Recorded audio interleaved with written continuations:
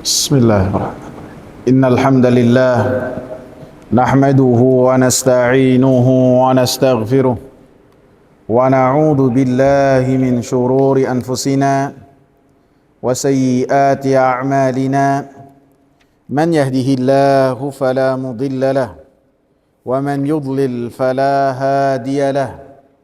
Asyhadu an la ilaha illallah wa asyhadu anna Muhammadan abduhu wa rasuluh. Allahumma salli wa sallim wa barik ala nabiyyina Muhammad wa ala alihi wa sahbihi wa man ittaba'a bihudahu ila yaumil qiyamah, wa ba'd. Hadirin jamaah sekalian yang saya muliakan, kita masuk ke pembahasan pelajaran-pelajaran yang bisa kita ambil dari hadis yang ketujuh dari babul ikhlas, bab ikhlas wa ihdarin niyat, dan menghadirkan niat fi jami'il a'mali wal aqwali wal ahwalil bariza wal khafiyah, di semua perbuatan, perkataan, keadaan yang nampak ataupun tidak nampak. Hadis yang ketujuh. Wa an Abi Ishaq Sa'ad ibn Abi Waqqas, Malik dari Abi Ishaq Sa'ad bin Abi Waqqas, Malik ibn Uhayb bin Abdi Manaf bin Zuhrah bin Kilab bin Murrah bin Ka'ab bin Lu'ay al-Qurashi az-Zuhri radhiyallahu anhu, semoga Allah meridainya. Ahadil asharatil masyhudi lahum bil jannah, satu dari 10 orang yang disaksikan oleh Rasulullah sallallahu alaihi wasallam bahwasanya dia termasuk penghuni surga. 10 orang yang pertama yang masuk Islam, dikatakan beliau keempat, dikatakan beliau keenam. Radhiyallahu anhum, semoga Allah subhanahu wa ta'ala meridainya. Ja'ani Rasulullah sallallahu alaihi wasallam ya'uduni ama hajjatil wada'. Datang kepadaku Rasulullah sallallahu alaihi wasallam menjengukku ama hajjatil wada', ketika menunaikan haji wada', min waja'in ishtadda bihi, dari rasa sakit yang sakit tersebut benar-benar keras menimpa saya. Di dalam potongan hadis ini disebutkan bahwasanya Rasulullah sallallahu alaihi wasallam menjenguk Sa'ad ibn Abi Waqqas ketika menunaikan haji wada. Haji wada adalah haji yang dilakukan oleh Rasulullah sallallahu alaihi wasallam pada tahun 10 Hijriah. Rasulullah sallallahu alaihi wasallam menunaikan ibadah haji hanya 1 kali saja. Adapun menunaikan ibadah umrah, Rasulullah sallallahu alaihi wasallam sebanyak 4 kali setelah Rasulullah sallallahu alaihi wasallam hijrah. Jadi setelah Rasulullah hijrah, Rasulullah hanya sekali saja menunaikan ibadah haji, yang haji wada ini tahun ke-10 Hijriah. Adapun ibadah umrah setelah Rasulullah hijrah menunaikannya hanya 4 kali saja. Yang pertama tahun ke-6 Hijriah. Rasulullah sallallahu alaihi wasallam bulan Dzulqa'dah menunaikan, beliau mengabarkan kepada beliau mengabarkan kepada para sahabat bahwasanya beliau bermimpi menunaikan ibadah umrah. Jadi antum bayangkan setelah 6 tahun para sahabat tidak melihat Ka'bah, kemudian ujug-ujug Rasulullah mengabarkan bahwasanya Rasulullah bermimpi tawaf di Ka'bah dengan para sahabatnya, kemudian muhalliqina ru'usahum. Kata Allah dalam surat Al-Fatah, mereka semuanya dalam keadaan menggundulkan kepala-kepala mereka, tahallul. Wah, udah kangen lama. Akhirnya 1.400 sahabat ikut bersama dengan Rasulullah sallallahu alaihi wasallam. Sampai akhirnya tertahan di daerah yang namanya Hudaybiyah. Di Hudaybiyah Rasulullah sallallahu alaihi wasallam tertahan, akan tapi Rasulullah sallallahu alaihi wasallam pada saat itu bertahallul dari umrahnya dan balik lagi ke kota Madinah. Itu yang pertama. Yang kedua, tahun ke-7 Hijriyah di bulan yang sama, Dzulqa'dah. Di bulan yang sama, Rasulullah sallallahu alaihi wasallam menunaikan umrah. Disebut dengan umratul qadha ataupun umratul muqadhah. Umrah karena kesepakatan dengan orang-orang kafir Quraisy. Yang ketiga, ketika Rasulullah sallallahu alaihi wasallam pulang dari peperangan Taif dan peperangan Bani Thaqif. Kalau tidak salah bulan Dzulqa'dah juga. Kalau tidak bulan Syawal, bulan Dzulqa'dah. Bulan Dzulqa'dah disebut dengan Rasulullah masuk di Ji'ranah, kemudian Rasulullah menunaikan ibadah umrah. Yang keempat, Rasulullah sallallahu alaihi wasallam menunaikan ibadah umrah bersama dengan hajinya pada tahun 10 Hijriyah. Jadi 4 kali ibadah umrah. Dan semua umrah yang dilakukan oleh Rasulullah sallallahu alaihi wasallam semuanya di bulan-bulan haji. Bulan haji itu Syawal, Dzulqa'dah, dan Dzulhijjah. Tiga bulan. Yang 3 pertama itu di bulan Dzulqa'dah, dan yang menunaikan pada tahun 10 Hijriah di Haji Wada, Rasulullah menunaikan di bulan Dzulhijjah. Rasulullah sallallahu alaihi wasallam melakukan hal tersebut sengaja dilakukan oleh Rasulullah karena keyakinan orang-orang jahiliyah termasuk dosa besar menunaikan ibadah umrah di bulan haji. Apa keyakinan orang-orang? Keyakinan orang-orang jahiliyah bahwasanya termasuk dosa besar menunaikan ibadah umrah di bulan-bulan haji, yaitu bulan Syawal, bulan Dzulqa'dah, dan bulan Dzulhijjah. Sehingga Rasulullah sallallahu alaihi wasallam memerangi hal tersebut dengan cara tidaklah menunaikan ibadah umrah kecuali di bulan haji. Sehingga para ulama berbeda pendapat, manakah yang paling baik? Umrah di bulan Ramadan ataukah umrah di bulan Dzulqa'dah atau bulan haji? Bulan-bulan haji. Karena Rasulullah mengatakan umratun fi Ramadan ta'dilu hajjatan ma'i. Umrah di bulan Ramadan ganjarannya seperti apa? Haji bersama dengan Nabi sallallahu alaihi wasallam. Akan tetapi Nabi sallallahu alaihi wasallam tidak pernah menunaikan ibadah umrah di bulan Ramadan. Akan tapi semua umrah beliau yang 3 di bulan Dzulqa'dah dan yang keempat di bulan Dzulhijjah. Sehingga para ulama sebagian mengatakan bulan Dzulqa'dah afdal karena perbuatan Nabi. Sehingga ketika kebijakan dari Umar bin Khattab ketika mengatakan tidak boleh seseorang menunaikan ibadah umrah di bulan Syawal, di bulan Dzulqa'dah, maka Abdullah ibn Abbas langsung menentangnya.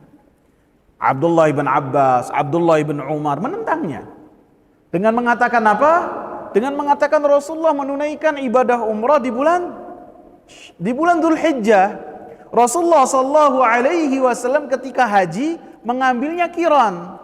Umrah dan haji disatukan tanpa tahallul dengan membayar dam.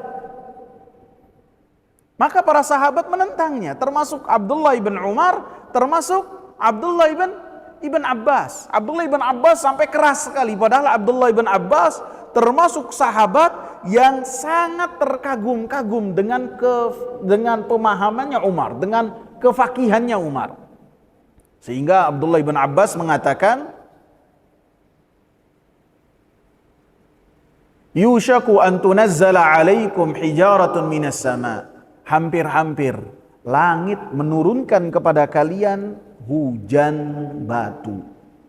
Aqulu qala Rasulullah, saya berkata bahwasanya Rasulullah sallallahu alaihi wasallam melakukan ini, berkata dengan perkataan demikian, wa taquluna qala Abu Bakrin wa Umar, dan kalian membantah perkataan Rasulullah dengan apa? Abu Bakar memerintahkan demikian, Umar memerintahkan demikian. Abdullah ibn Abbas menolaknya. Akan tetapi kata perawinya Sa'id ibn al-Musayyib, Sa'id ibn al-Musayyib ini yang sudah pernah kita bahas di sini juga, disebutkan oleh Al-Imam Ibn al-Qayyim rawiyatu aqdhiyati Umar. Beliau ini adalah orang yang sangat banyak sekali meriwayatkan perbuatan-perbuatan Umar dan keputusan-keputusan Umar. Padahal kalau tidak salah lahir pada tahun 17 Hijriyah atau 16 Hijriyah. Artinya bertemu dengan Umar tidak lama. Dia umur 4 tahun, 3 tahun Umar wafat. Jadi belum mencerna perkataannya Umar. Akan tapi beliau ini termasuk orang yang ketika mendapatkan kabar tentang Umar, beliau kumpulkan, sehingga dikatakan oleh Ibnul Qayyim rahimahullah sebagai rawiyatu Umar, perawinya Umar dengan riwayat-riwayat yang sangat banyak. Kata Sa'id bin Musayyib apa? Wa huma a'lamu minka. Wahai Ibnu Abbas, Abu Bakar dan Umar ini lebih alim daripada engkau. Engkau melihat secara tekstual apa yang telah dilakukan oleh Rasulullah sallallahu alaihi wasallam.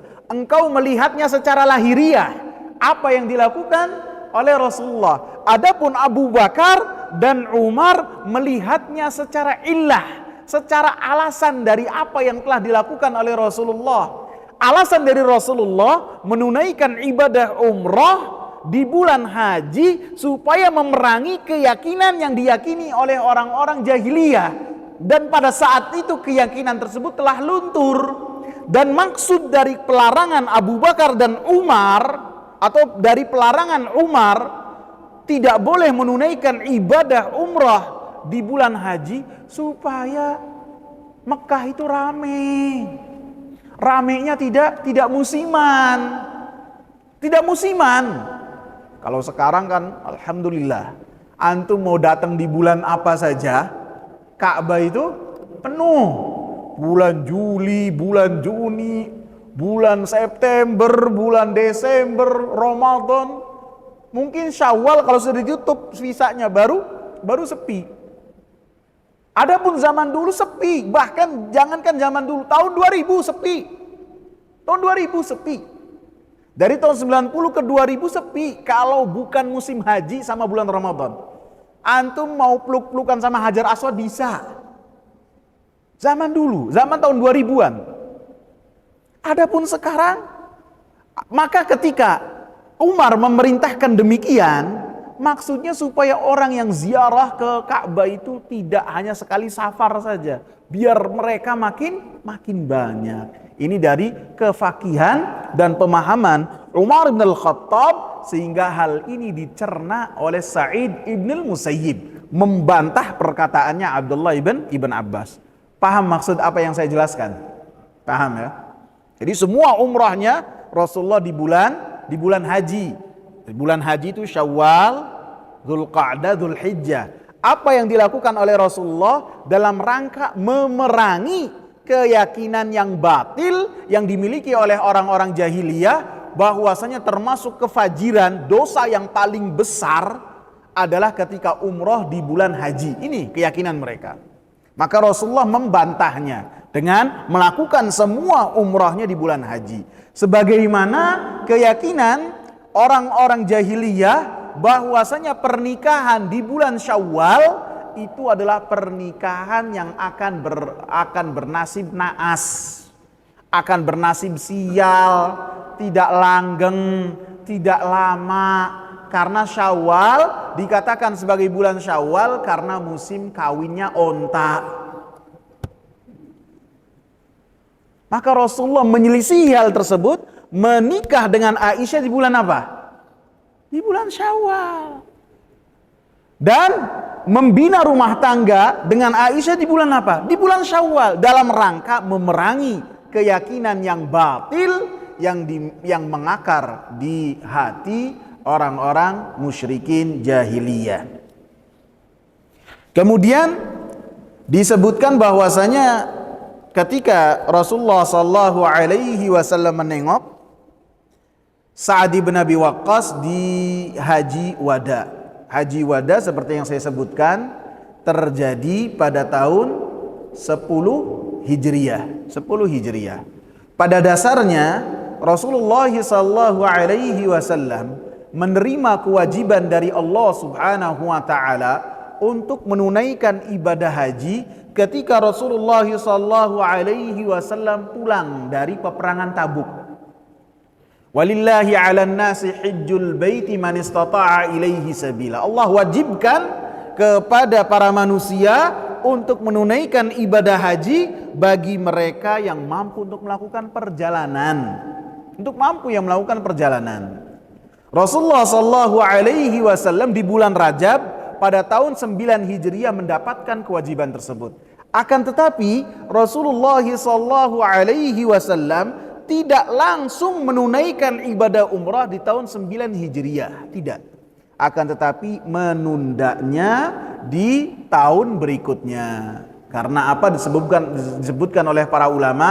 Karena apabila Rasulullah sallallahu alaihi wasallam menunaikan ibadah haji pada tahun tersebut, yang pertama akan apa?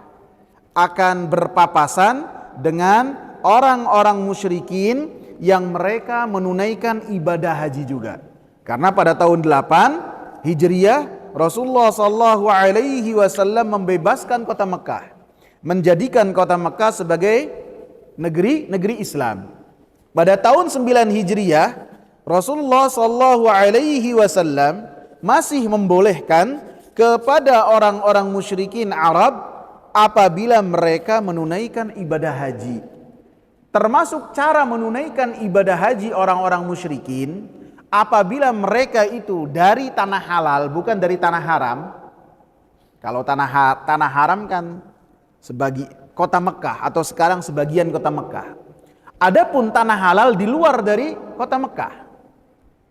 Maka orang-orang Arab pada zaman itu meyakini apabila menunaikan ibadah haji tidak boleh memakai baju kecuali bajunya mereka dapati dari orang-orang yang tinggal di tanah haram. Apabila tidak mendapati baju dari orang yang tinggal di tanah haram, maka cara mereka tawaf adalah dengan menanggalkan semua pakaian mereka, baik laki-laki ataupun perempuan. Maka Rasulullah sallallahu alaihi wasallam tidak menginginkan hal tersebut. Maka Rasulullah sallallahu alaihi wasallam memerintahkan Abu Bakar untuk menunaikan ibadah haji sembari memberikan pengumuman kepada orang-orang Arab bahwasanya tidak la yahujja ba'da hadzal 'ami musyrik. Tidak boleh menunaikan ibadah haji setelah tahun 9 Hijriah seorang musyrik pun. Wala yadkhulul jannata illa nafsun mu'minah, dan tidaklah akan masuk surga kecuali orang-orang yang beriman. Rasulullah mengutus Abu Bakar, Rasulullah mengutus Ali, Rasulullah sallallahu alaihi wasallam mengutus Abu Hurairah, sehingga ketiganya mengabarkan kepada orang-orang Arab yang menunaikan ibadah haji pada saat itu untuk tidak boleh lagi menunaikan ibadah haji kecuali orang-orang yang beriman. Sehingga Rasulullah sallallahu alaihi wasallam persiapkan. Sehingga pada saat itu Rasulullah memerintahkan kepada Abu Bakar, kepada Ali, kepada Abu Hurairah untuk membacakan kepada orang-orang musyrikin awal-awal dari surat Bara'ah, bahwasanya sudah tidak ada lagi perjanjian di antara mereka. Dikasih tempo hanya 4 bulan saja. Kalau tidak mereka membayar jizyah atau mereka memeluk Islam. Maka pada tahun 10 Hijriah, dan sebab yang kedua disebutkan oleh para ulama, kenapa Rasulullah sallallahu alaihi wasallam menunaikan ibadah haji. Yang pertama, menunggu Makkah bersih dari orang-orang musyrikin. Yang kedua, karena tahun 9 Hijriah disebut dengan Amul Wufud. Orang-orang utusan-utusan dari kabilah-kabilah Arab banyak yang datang kepada Nabi sallallahu alaihi wasallam dan menyatakan keislaman mereka, dan mereka pun sebagian berdiam diri tinggal di kota Madinah mengikuti penataran yang dilakukan oleh Rasulullah sallallahu alaihi wasallam. Ada yang tinggalnya 20 hari kemudian balik lagi. Ada yang tinggal 10 hari balik lagi kepada kaumnya mengajarkan apa yang dia dapat dari Rasulullah sallallahu alaihi wasallam. Sehingga Rasulullah menunaikan ibadah haji pada tahun 10 Hijriah. Kemudian dinamakan dengan Haji Wada, dinamakan dengan Hajjatul Wada, Haji Wada. Wada ini dikatakan sebagai haji perpisahan. Karena Nabi sallallahu alaihi wasallam memberikan nasihat-nasihat yang banyak, dan Nabi pun mengatakan la'alli la alqakum ba'da ami hadza. Kemungkinan saya tidak akan bertemu lagi dengan kalian setelah ibadah haji ini. Rasulullah mengabarkan. Bahkan pada tanggal 10 Dzulhijjah, Rasulullah sallallahu alaihi wasallam ketika di hadapan kaum muslimin, turunlah kepada Rasulullah sallallahu alaihi wasallam surat An-Nasr.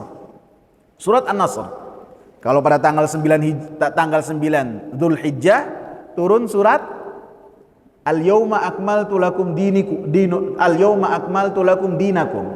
Adapun tanggal 10 pas hari raya turun surat An-Nasr. Idza jaa nasrullahi wal fath wa ra'aitan nasa yadkhuluna fi dinillahi afwaja fasabbih bihamdi rabbika wastaghfirhu innahu kana tawwaba. So, banyak orang yang menangis dengan tangisan yang sangat keras, hanya Abu Bakar As-Siddiq saja. Yang lain diam bingung, kenapa nih Abu Bakar nangis? Kenapa? Apalagi sakit. Nangis dengan nangis seperti anak kecil yang kehilangan mainan. Nangis dengan sangat nangis yang luar biasa. Karena Abu Bakar paham. Ayat ini menjelaskan bahwasanya tugas Rasulullah telah selesai. Apabila tugas telah selesai, maka persiapkan diri untuk menerima panggilan dari Allah Subhanahu wa ta'ala. Ini menunjukkan bahwasanya Abu Bakar adalah sahabat yang paling alim. Karena selain dari Abu Bakar gak ada yang menangis. Hanya Abu Bakar saja yang menangis dengan tangisan yang sangat keras. Sehingga 80 hari sesudahnya Rasulullah sallallahu alaihi wasallam wafat. Dan dinamakan juga sebagai Hajjatul Balagh. Mungkin kita sering mengenalnya hanya dengan nama Hajjatul Wada saja ya. Disebut dengan Hajjatul Wada, Hajjatul Balagh. Haji penyampaian. Ya, karena ketika Rasulullah sallallahu alaihi wasallam memberikan nasihat-nasihat, maka Rasulullah tutup dengan hal ballaghtu, apakah saya telah menyampaikan kepada kalian? Apakah saya telah menyampaikan kepada kalian? Apakah saya telah menyampaikan kepada kalian? Maka para sahabat pun mengatakan bahwasanya Rasulullah telah menyampaikan risalah dari Allah. Kemudian Nabi Muhammad sallallahu alaihi wasallam mengatakan, Allahumma syhad, ya Allah engkau menjadi saksiku bahwasanya saya telah menyampaikan. Dan dinamakan juga dengan Hajjatul Islam. Dinamakan juga dengan Hajjatul Islam. Karena yang hajinya orang Islam. Karena yang menunaikan ibadah haji ini apa? Bisa dikatakan gebrakan yang sangat hebat. Yang menunaikan ibadah haji semuanya kaum muslimin. Tidak ada kaum musyrikin. Padahal sebelumnya orang-orang musyrikin. Sebelumnya yang menunaikan ibadah haji mereka-mereka yang telanjang, baik laki-laki ataupun perempuan. Adapun tahun itu bersih dari kesyirikan kepada Allah Subhanahu wa taala sehingga dinamakan Hajjatul Islam. Dan yang menunaikan haji bersama dengan Rasulullah sallallahu alaihi wasallam pada saat itu adalah 100.000 orang. Allahu Akbar. Bayangkan, Rasulullah terusir 10 tahun yang lalu. Dari kota Mekah terusir, terbirit-birit, keluar mengendap-ngendap dari kota Mekah, ya, mengendap-ngendap, bahkan memutari kota Mekah sehingga menjauh dari kota Mekah kemudian baru menuju kota Madinah. Beliau Abu Bakar dan Abdullah bin Uraikid. Abdullah bin Uraikid ini penunjuk jalan. Mana jalan-jalan yang bisa menunjuk sampai ke kota Madinah, ke kota Yathrib, tapi bukan jalan umum. Kalau jalan umum ada orang-orang yang mengintai. Ini Abdullah bin Uraikid, orang musyrik. Tapi Nabi bayar untuk memberikan jalan yang jalan tersebut akan bisa menjadikan Nabi sampai ke kota Madinah dengan selamat. Tahun ke-6 Hijriah datang dengan 1.400 ya ke kota Mekah. Tahun 8 Hijriah pembebasan kota Mekah. Datang ke kota Madinah, ke kota Mekah dengan berapa? 10.000. Tahun 10 Hijriah menunaikan ibadah haji dengan 100.000 kaum muslimin. Sehingga ini menunjukkan perkumpulan manusia yang paling banyak pada saat itu di hadapan Nabi sallallahu alaihi wasallam, sehingga Nabi sallallahu alaihi wasallam memberikan nasihat-nasihat yang sangat banyak. Di antaranya menghilangkan fanatisme kesukuan, fanatisme golongan yang bisa jadi mengakar di hati orang-orang musyrikin Arab, maka dihilangkan oleh Nabi. Nabi mengatakan, ala inna adama min turab. Ini di hadapan manusia yang banyak. Seperti yang telah kita sepakati bahwasanya Nabi dan keluarganya dan orang Quraisy itu adalah manusia-manusia yang dipilih oleh Allah. Dan keluarganya Nabi secara garis keturunan dari orang-orang Arab ini yang paling tinggi. Tidak ada yang syak, tidak ada yang ragu. Bahkan pembencinya pada saat itu Abu Sufyan ketika ditanya oleh Heraklius, ini Nabi kalian ini nasabnya yang paling tinggi atau paling rendah? Paling tinggi. Diakui. Akan tetapi dengan kemenangan yang hebat dan perkumpulan manusia yang luar biasa, Nabi mengikis habis keistimewaan yang dimiliki oleh Nabi sallallahu alaihi wasallam. Nabi mengatakan, semua dari kalian adalah dari Adam dan Adam dari tanah. La fadla Arabiyyin ala a'jami. Tidak ada keutamaan orang Arab atas orang non-Arab. Gak ada. Gak ada orang Arab langsung masuk surga. Gak. Semuanya dihisab. Ada keimanan gak? Jangan sampai seperti keyakinan orang-orang Yahudi, orang-orang Nasoro. Mereka mengatakan nahnu abnaullahi wa hibba'uh. Diabadikan oleh Allah bahwasanya kita ini adalah manusia pilihan, kata orang-orang Nasoro. Kata orang-orang Yahudi dalam surat Al-Maidah, kami ini adalah bangsa-bangsa pilihan, kaum yang dicintai oleh Allah, sehingga apabila diazab pun hanya 40 hari saja. Setelahnya masuk Islam. Setelahnya masuk surga. Ini yang diyakini oleh orang-orang Yahudi dan orang-orang Nasrani. Tidak. Nabi tidak membiarkan hal tersebut merajalela di kalangan para sahabat. Nabi mengikis habis dengan mengatakan ala inna akramakum indallahi atqakum, ketahuilah orang yang paling mulia di antara kalian adalah orang-orang yang paling bertakwa kepada Allah. Bukan asal muasalnya dari mana, bukan garis keturunannya dari mana, bukan apa yang dia dimiliki, berapa hartanya, bukan. Itu semua tidak akan bermanfaat apabila pribadi seseorang tidak bertakwa kepada Allah Subhanahu wa taala. Silsilah garis keturunan kita pelajari supaya kita menjalin tali silaturahmi, tahu mana yang harus kita sambung, mana yang tidak. Adapun untuk berbangga-bangga menyatakan kita ini darahnya hijau, golongannya hulek berarti ya. Ya, darahnya hijau, hulek. Darahnya biru nggak tahu dari mana. Ataupun coklat, tua, coklat, nggak ada, dalam Islam nggak ada. Semuanya dari Adam, dan Adam dari tanah. Yang paling mulia adalah orang yang paling bertakwa di sisi Allah Subhanahu wa taala. Nabi sebutkan ini di hadapan manusia yang banyak. Padahal yang paling mulia Nabi, betul nggak? Dari sisi keturunan, dari sisi ketakwaan tidak, Nabi tidak berbangga. Bahkan ketika masuk ke kota Mekah, menaklukkan kota Mekah pada tahun 8 Hijriah, Nabi sangat rendah hati, sangat tawadhu kepada Allah. Sampai tunggangannya, kepala kudanya itu lebih tinggi daripada kepalanya Nabi sallallahu alaihi wasallam. Nabi sallallahu alaihi wasallam sampai seakan-akan rebahan, tidak mau mengangkat dadanya, tidak mengatakan ini adalah usaha saya, ini adalah jerih payah saya. Tidak, itu semuanya dari Allah. Dan Nabi sallallahu alaihi wasallam rendah hati di hadapan Allah Subhanahu wa taala dan di hadapan manusia, sehingga puji akhlaknya dipuji oleh Allah Subhanahu wa taala. Wa innaka la'ala khuluqin azim, sesungguhnya engkau di atas akhlak yang sangat mulia. Kemudian Sa'ad bin Abi Waqqas menceritakan, Qad balagha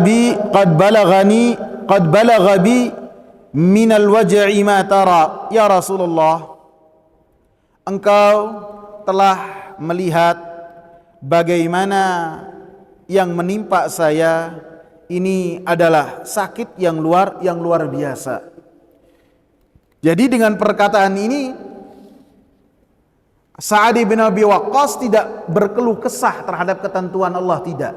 Sehingga ketika seorang mengatakan dirinya sakit, maka itu bukan dia membangkang terhadap takdir yang telah Allah Subhanahu wa taala tentukan. Tidak dia menolak apa yang Allah tentukan, tidak. Jadi ketika seorang mengatakan dirinya sakit, yang saya rasa ini dan itu, maka itu termasuk hal yang tidak menafikan kesabaran dan ridho dari apa yang telah ditentukan oleh Allah Subhanahu wa taala. Buktinya apa?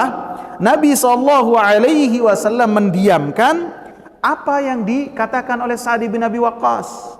Apabila hal tersebut adalah hal yang salah, pastinya Rasulullah sallallahu alaihi wasallam tidak membiarkan kemungkaran yang ada di hadapan Rasulullah sallallahu alaihi wasallam. Kemudian Sa'ad mengatakan, wa ana dzu malin, dan saya ini memiliki harta, dzu malin katsirin au kabir. Saya ini memiliki harta yang banyak ataupun harta yang besar.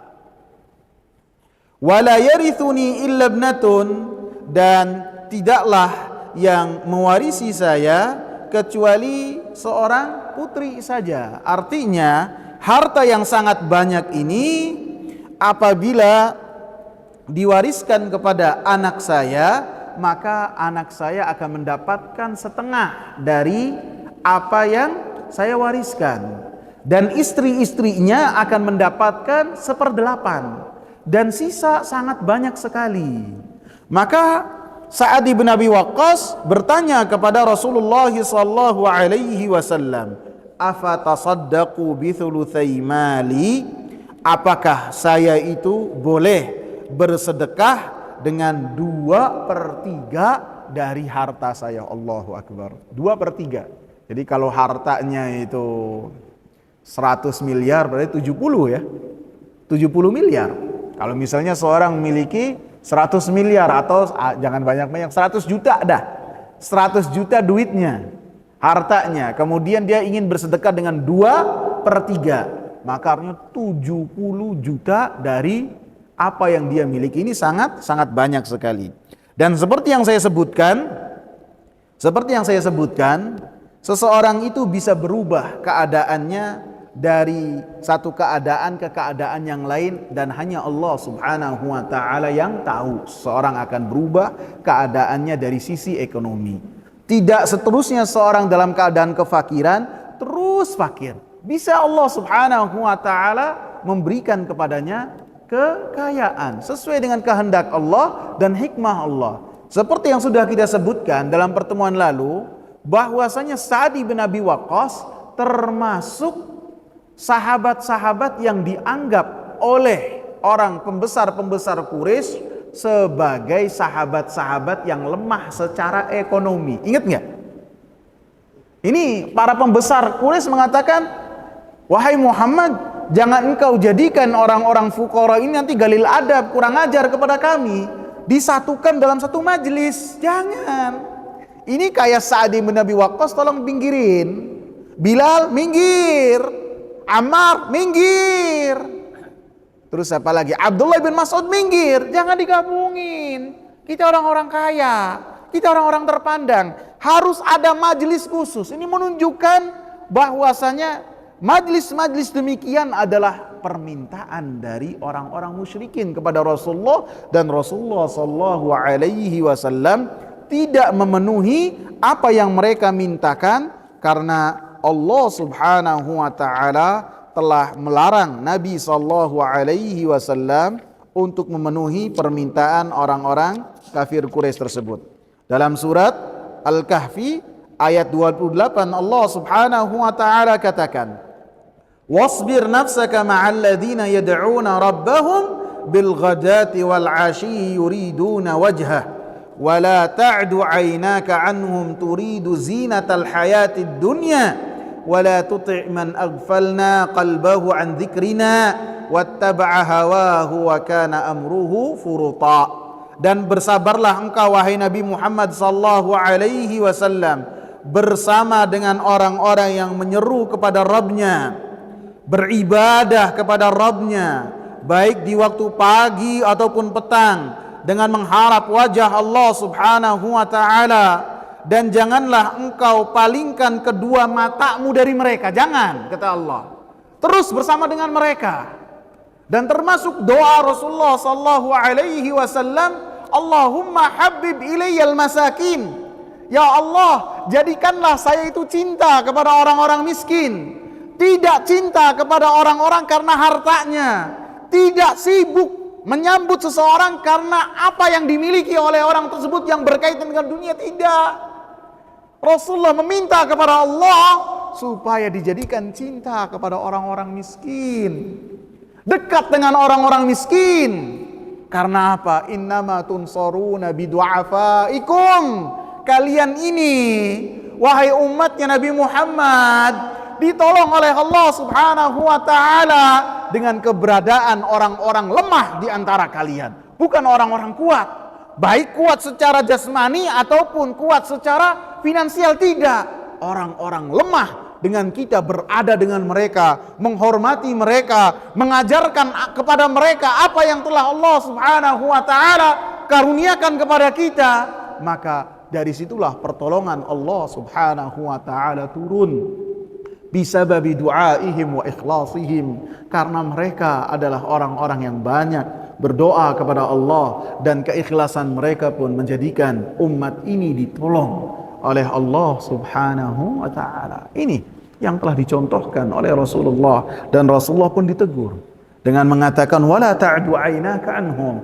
Jangan kau berpaling dari orang-orang miskin. Jangan bersama dengan mereka dalam majlis ilmu. Jangan dikhususkan untuk orang-orang kaya dalam bermajlis seperti permintaan orang-orang kafir Quraisy, pemuka kafir Quraisy, dalam mereka meminta bertemu dengan Nabi sallallahu alaihi wasallam. Dan pengikutnya para nabi itu kebanyakannya fuqara, orang-orang lemah. Orang-orang lemah secara ekonomi, mereka itulah yang mengikuti para nabi. Adapun para pembesar, baik secara ekonomi ataupun secara kedudukan, mereka adalah pembangkang para nabi. Tahu kenapa? Tahu kenapa? Disebutkan oleh Aisyah radhiyallahu anha, sebutkan bahwasanya sebelum Nabi hijrah ke kota Madinah, di kota Madinah itu ada peperangan yang namanya peperangan Bu'ath. Peperangan Bu'ath. Peperangan besar di kota Madinah, di kota Yathrib. Antara Aus dan Khazraj. Ini padahal Aus dan Khazraj ini saudara. Perang dengan perang yang sangat besar, sehingga pada saat itu pemuka-pemuka Aus dan Khazraj, pembesar Aus dan Khazraj mati. Disisakan satu saja. Kata Aisyah, oleh Allah disisakan satu. Satu ini namanya Abdullah bin Ubay bin Salul. Satu saja. Kata Aisyah, disisakan oleh Allah satu supaya Nabi Muhammad bersyukur. Karena satu saja, sisa dari pemuka-pemuka orang-orang Khazraj ataupun Aus, dari pembesarnya yang banyak disisakan satu. Ketika Nabi hidup di kota Madinah, ini yang satu ini bikin ribut. Yang satu bikin ribut, bikin fitnah dan kerusakan yang sangat banyak sekali. Perkataannya banyak sekali diabadikan oleh Allah, jahat sekali. Jahat. Ingin menjatuhkan mental sampai di akhir hayatnya orang-orang munafikin pada perang Tabuk ingin membunuh Nabi. Ini satu. Gimana kalau banyak? Kata Aisyah, disisakan satu supaya nabinya apa? Apa nabinya? Bersyukur. Ini satu saja bikin ribet. Gimana kalau tidak ada peperangan Bu'as? Misalnya pemuka-pemukanya ada 30, ada 40. Wah, nggak bisa masuk kota Madinah. Satu saja bikin ribet. Gimana kalau banyak? Disebutkan oleh para ulama, karena orang kaya, baik dari orang kuat secara kedudukan ataupun finansial, biasa memerintah, biasa nyuruh. Maka ketika disuruh oleh seorang rasul dan seorang nabi, maka mereka tidak mau. Nggak mau. Saya masuk ke dalam dakwah ini tapi saya atur ustadznya. Benar nggak? Saya masuk tapi bisa duit dari saya tapi saya atur. Temanya yang asik. Dan saya dapati ada satu orang yang dia mengatur kajian. Bahkan temanya diatur. Jangan bahas riba. Bahasnya tauhid saja. Karena dianya masih asik main bank, main riba. Wah subhanallah, satu-satunya pada nurut, pada ikut. Padahal riba ini berperang dengan Allah, besar ini. Dan itulah pengikut para nabi, orang-orang lemah. Karena mereka mudah sekali untuk tunduk. Adapun orang-orang kuat secara kedudukan seperti Abu Jahal, Abu Lahab, langsung membangkang Nabi Sallallahu Alaihi Wasallam. Biasa nyuruh disuruh, enak aja. Ribut.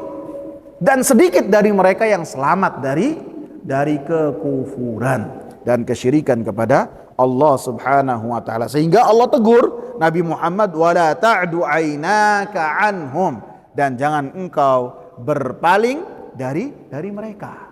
Dan usahakanlah untuk kemudian Allah ingatkan, turidu zinatal hayatid dunya, dan janganlah engkau berpaling dari mereka karena mengharapkan kehidupan dunia.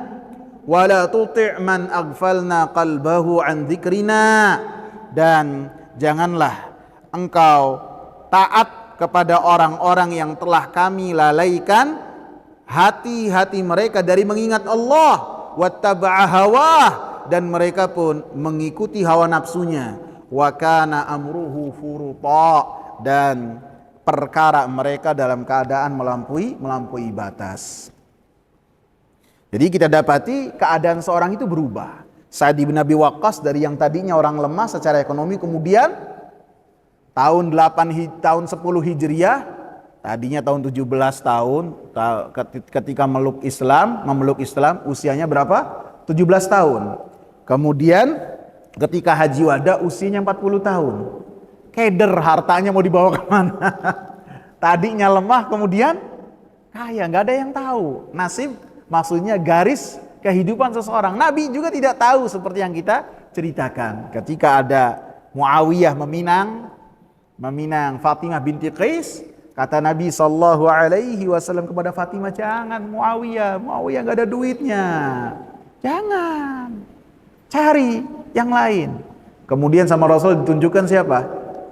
Usamah ibn Zaid, seseorang yang telah dianggap cucu oleh Rasulullah SAW. Kemudian Fatimah pun menikahi Usamah, dan kata Fatimah, irtabadtu ghabtan, saya pun dengan menikah dengan Usamah mendapatkan kebahagiaan yang luar biasa karena tunduk dan taat kepada Rasulullah SAW. Kemudian Rasulullah SAW mengatakan, la, ketika Sa'ad bin Abi Waqqas mengatakan, apakah boleh saya ini bersedekah dengan 2/3 dari harta saya? Maka kata Rasulullah, tidak, nggak boleh. Menunjukkan berkata tidak ini nggak apa-apa. Sebagian orang mengatakan tidak mau berkata tidak, dengan mengatakan kalau di sini tidak ada orang-orang Arab, mereka tidak mau mengatakan la, katanya kurang etis, kurang bagus. Tidak, ini hal yang boleh untuk kita katakan. Ada riwayat yang mengatakan bahwasanya Nabi tidak pernah mengatakan tidak ketika diminta. Ketika diminta Nabi tidak pernah menolak. Apa saja yang diminta Nabi tidak pernah menolak. Ikrimah mengatakan, atau Urwah ibn Zubair mengatakan, Nabi SAW bukan berarti ketika diminta memberikan saja apa yang diminta. Terkadang ketika ada seseorang yang meminta kepada Nabi dan Nabi tidak ingin memberikannya, maka Nabi diam saja, tidak berkata apa-apa. Kemudian qultu asyatra ya Rasulullah. Bisa dibacanya asyatra, bisa dibacanya asyatri, bisa juga dibacanya asyatru, bisa. Setengah ya Rasulullah, saya sedekahkan harta saya. Maka kata Rasulullah SAW mengatakan tidak, la, tidak bisa. Kemudian kata Sa'ad bin Abi Waqqas, fathuluth, bagaimana kalau 1/3? Maka kata Rasulullah SAW, ats-tsulutsu waats-tsulutsu katsir, 1/3 bisa. Akan tetapi 1/3 ini adalah sesuatu yang besar. Dari perbincangan singkat Rasulullah SAW dengan Sa'ad bin Abi Waqqas ini menunjukkan bahwasanya ketika seseorang dalam keadaan sakit, dan sakitnya itu adalah sakit yang sangat berat, dan dia mengira bahwasanya dia akan meninggal dunia dengan sakit tersebut, maka tidak boleh bersedekah dengan lebih dari 1/3. Walaupun tidak boleh berwasiat, tidak boleh bersedekah dengan lebih dari 1/3. Karena apa? Kan yang tadi yang pertama mau bersedekah dengan 2/3. Yang kedua, setengah dilarang oleh Nabi. Kemudian 1/3 baru diizinkan oleh Nabi SAW. Kenapa sebelumnya dilarang oleh Rasulullah SAW? Padahal sebagian sahabat seperti Abu Bakar ketika bersedekah dengan seluruh hartanya diizinkan oleh Rasulullah SAW. Walaupun ini hanya khusus untuk Abu Bakar saja. Disebutkan karena ketika seseorang dalam keadaan sakit dan sakitnya yang payah, maka hartanya itu berkaitan dengan hartanya ahli waris. Karena apabila dibiarkan untuk bersedekah lebih dari 1/3, maka ditakutkan menzalimi ahli waris yang akan mendapatkan warisan dari orang yang akan meninggal dunia ini. Sehingga yang berkaitan dengan hibah, yang berkaitan dengan apalagi wasiat yang sangat besar seperti lebih dari 1/3, ataupun menceraikan dengan maksud supaya dia itu sudah takut akan meninggal dunia, kemudian dia menceraikan di waktu-waktu tersebut, maka cerainya ini tidak berlaku. Disebutkan oleh para ulama, ini disebut dengan talaqul firar. Orang mentalak, ingin melarikan diri supaya istrinya itu tidak mendapatkan bagian warisan dari hartanya, sehingga tidak berlaku, tidak boleh. Baru apabila dalam keadaan tidak sakitnya yang sakit payah, apabila bersedekah dengan harta yang banyak, itu diperbolehkan. Adapun ketika dalam keadaan sakit, maka berkaitan dengan hak orang lain, yaitu ahli warisnya. Nah, ahli warisnya di sini Sa'd bin Abi Waqqas, putrinya, istri-istrinya, dan bisa jadi saudaranya ataupun saudari-saudarinya. Kemudian Rasulullah sallallahu alaihi wasallam mengatakan, ats-tsulutsu was-tsulutsu katsir. Boleh sepertiga, akan tetapi sepertiga ini banyak. Sepertiga ini besar. Maka ungkapan ini ketika Rasulullah sallallahu alaihi wasallam mengatakan bahwa bersedekah dengan sepertiga itu banyak dan besar, seakan-akan isyarat dari Rasulullah sallallahu alaihi wasallam apabila seseorang ketika bersedekah dengan hartanya ataupun berwasiat dengan hartanya di bawah dari sepertiga, itu lebih afdal. Karena Rasulullah memberikan izin sepertiga ini seakan-akan dengan berat hati. Karena Sa'd bin Abi Waqqas memintanya dari 2/3 dulu. 2/3, kemudian setengah, kemudian sepertiga. Kemudian dalam sepertiga Rasulullah mengatakan, ya boleh sepertiga, akan tapi sepertiga itu banyak, sepertiga itu besar, menunjukkan apabila seseorang bersedekahnya di bawah dari sepertiga, ini adalah lebih baik dan lebih afdal. Sehingga sahabat yang mulia mengatakan yang berkaitan dengan hadis ini, law annan nasa ghaddu minats tsulusi ila rubu' li'anna an-nabiy sallallahu alaihi wasallam qala ats-tsulutsu wa-tsulutsu katsir au kabir.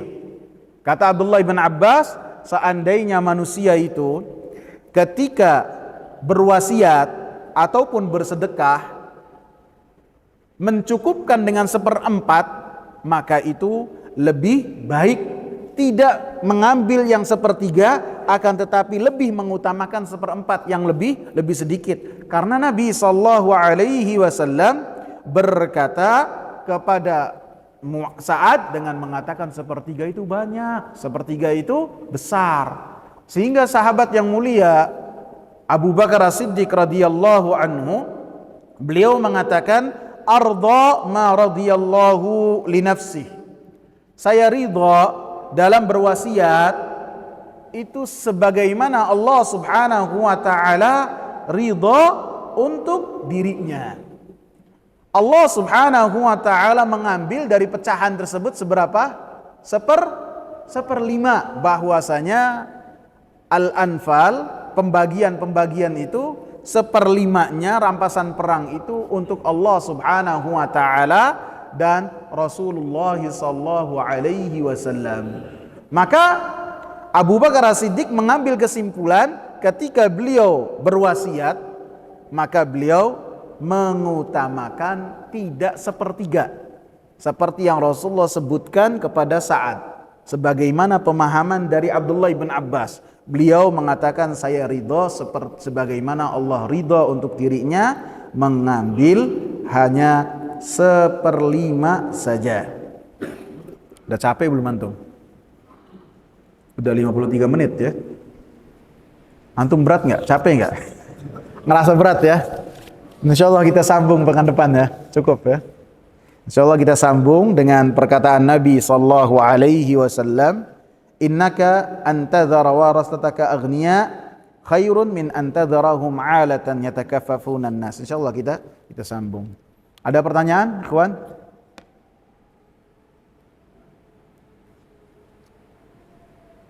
Ada? Enggak ada. Subhanakallahumma bihamdika Asyhadu an la ilaha illa anta astaghfiruka wa atubu ilaik. Assalamualaikum warahmatullahi wabarakatuh.